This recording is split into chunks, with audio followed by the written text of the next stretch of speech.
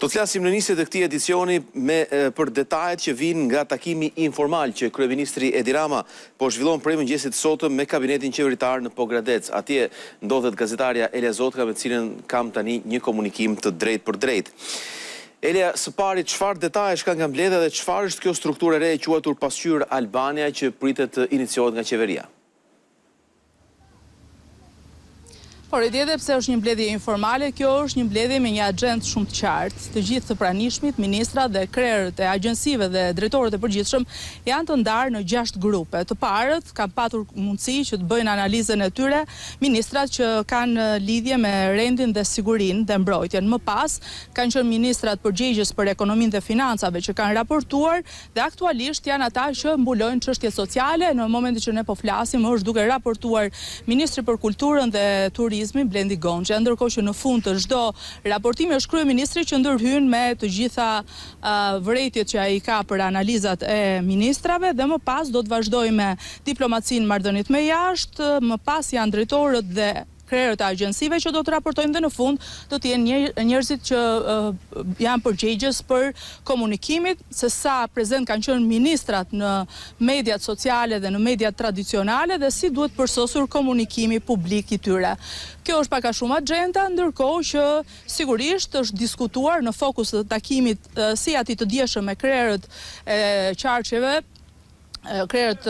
politik të qarqeve, ashtu edhe kryetarët e komisioneve parlamentare, është folur për 2 dokumentat strategjik të hartuar dhe të prezantuar nga kryeministri Edi Rama si refleksion për protestën e flamingove, besa dhe prezenca besnike. Por pjesë e gjithë këtyre dokumentave si rezultat do të dali edhe me një produkt final. Kryeministri dje ka bërë publike që do të ketë një mekanizëm të ri që ai e ka emërtuar Pasqyrë Albania, por do të jetë pjesa e asaj që në dokumentin besa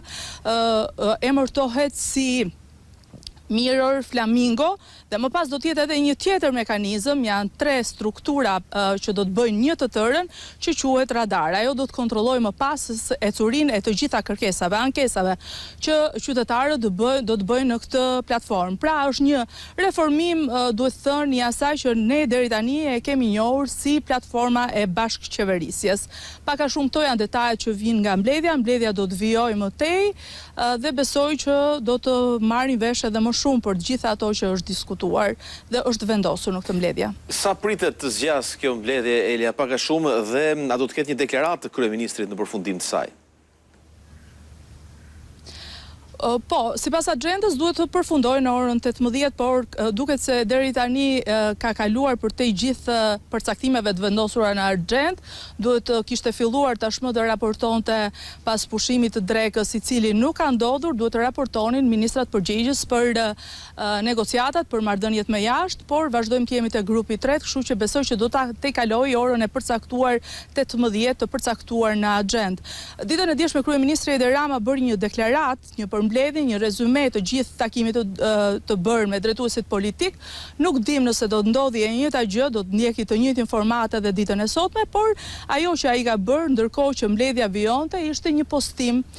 postim që tregonte Edi Ramën që në pritje të ministrave, sepse duhet themi që Rama ishte i pari që ju afrua vilës qeveritare, ka qenë këtu prej orës 9, ndërkohë që mbledhja filloi rreth 60 minuta më vonë, ai duket se ka pasur një komunikim me ministren e tij virtuale Diella. Ai ka komunikuar me të për mbledhjen që do të zhvillohej në orët në vijim dhe në momentet që ishte duke folur me Diellën, duket që është afruar ministra Kumbaro, për të cilën Diella ka bërë edhe një profil ku nuk ka munguar lavdë dhe vlerësimet për këtë ministra. Mirë, Elia, të falenderoj për gjitha detajet që na përcolle drejt për drejt nga kjo mbledhje që po zhvillohet në Pogradec.